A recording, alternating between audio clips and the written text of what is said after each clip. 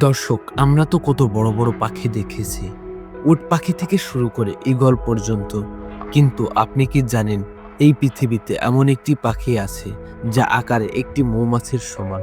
হ্যাঁ, আজ আমরা কথা বলবো প্রকৃতির এক বিস্ময়কর হামিংবার্ড বা মৌমাছি হামিংবার্ডকে নিয়ে, যারা ওজনে একটি কয়েনের চেয়েও হালকা। তো চলুন শুরু করা যাক আজকের ভিডিও।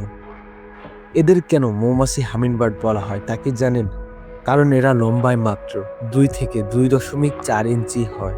আর এদের ওজন শুনলে আপনি অবাক হবেন। এদের ওজন মাত্র 1.5 থেকে 2 গ্রাম, অর্থাৎ একটি সাধারণ কলম বা 1 টাকার মুদ্রার চেয়েও এদের ওজন কম। ভাবা যায়? এই ক্ষুদে পাখিদের দেখা যায় মূলত কিউবা দেশে। এদের শরীরের রং অত্যন্ত উজ্জ্বল এবং ধাতব চকচকে হয়।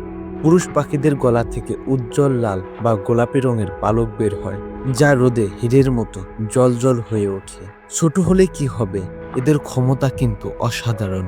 হামিংবার্ড পৃথিবীর একমাত্র পাখি যারা সামনের পাশাপাশি পিছনের দিকে উড়তে পারে। এমনকি এরা মাঝ আকাশে স্থির হয়ে দাঁড়িয়ে থাকতে পারে। এরা প্রতি সেকেন্ডে প্রায় 80 বার ডানা ঝাপটায়। এই দ্রুত গতির কারণে এদের ডানা থেকে এক ধরনের গুনগুন বা হামিং শব্দ বের হয়। উড়ন্ত অবস্থা এদের হার্টবিট মিনিটে 1200 বার পর্যন্ত হতে পারে। এদের প্রধান খাবার হলো ফুলের মধু।